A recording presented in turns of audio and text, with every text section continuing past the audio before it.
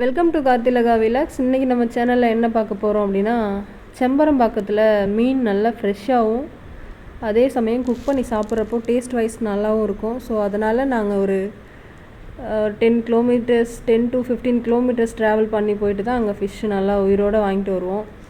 அங்கே என்ன பண்ணுறாங்கன்னா, ஃபிஷ்ஷை வந்துட்டு பிடிச்சிட்டு வந்து வலையில் உள்ளே விட்டு அது பக்கத்தில் உள்ள குளத்துலேயே போட்டு வச்சிடுறாங்க. அவங்க வேணுன்றப்ப ஃப்ரெஷ்ஷாக எடுத்துகிட்டு வந்து கட் பண்ணி சேல் பண்ணிடுறாங்க. விரால் மீன்லாம் பாருங்கள் எவ்வளோ ஃப்ரெஷ்ஷாக இருக்குதுன்னு சொல்லிட்டு. அது மாதிரி எல்லா மீனுமே ஃப்ரெஷ்ஷாக இருக்கும். ஃப்ரெஷ்ஷாக உயிரோடு துடிக்கும் நம்ம கையில் எடுத்து கொடுக்குற வரைக்கும், அவங்க கட் பண்ணுற வரைக்கும். ஜிலேபி மீன்லாம் ரொம்ப ரேட்டு கம்மி. 2.5 kg 100 rupees அந்த மாதிரி தான் கொடுக்குறாங்க. ரேட் ரொம்ப கம்மி. ஸோ அதனால் நியர்பை இருந்தீங்கன்னா விசிட் பண்ணி பாருங்கள். நாங்கள் ஒரே ஒரு ரீசனுக்காக தான் அவ்வளோ தூரம் ட்ராவல் பண்ணி போவோம்.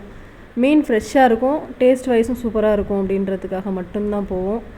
ஒரு லாங் வாக் ஒரு 3 months முன்னாடி நாங்கள் போயிருந்தோம். அக்கா ஊர்லேருந்து வந்திருந்தாங்கன்னு சொல்லிட்டு. அதுக்கப்புறம் இப்போ தான் போனோம், அம்மா வந்திருந்தாங்கன்னு சொல்லிட்டு. நாங்கள் நான்வெஜ் அடிக்கடி சமைக்க மாட்டோம், யாருன்னா கெஸ்ட்டு வந்தால் மட்டும்தான் சமைப்போம். ஸோ அதனால் நாங்கள் போனப்போ கெண்டை மீன் தான் வாங்கியிருந்தோம்.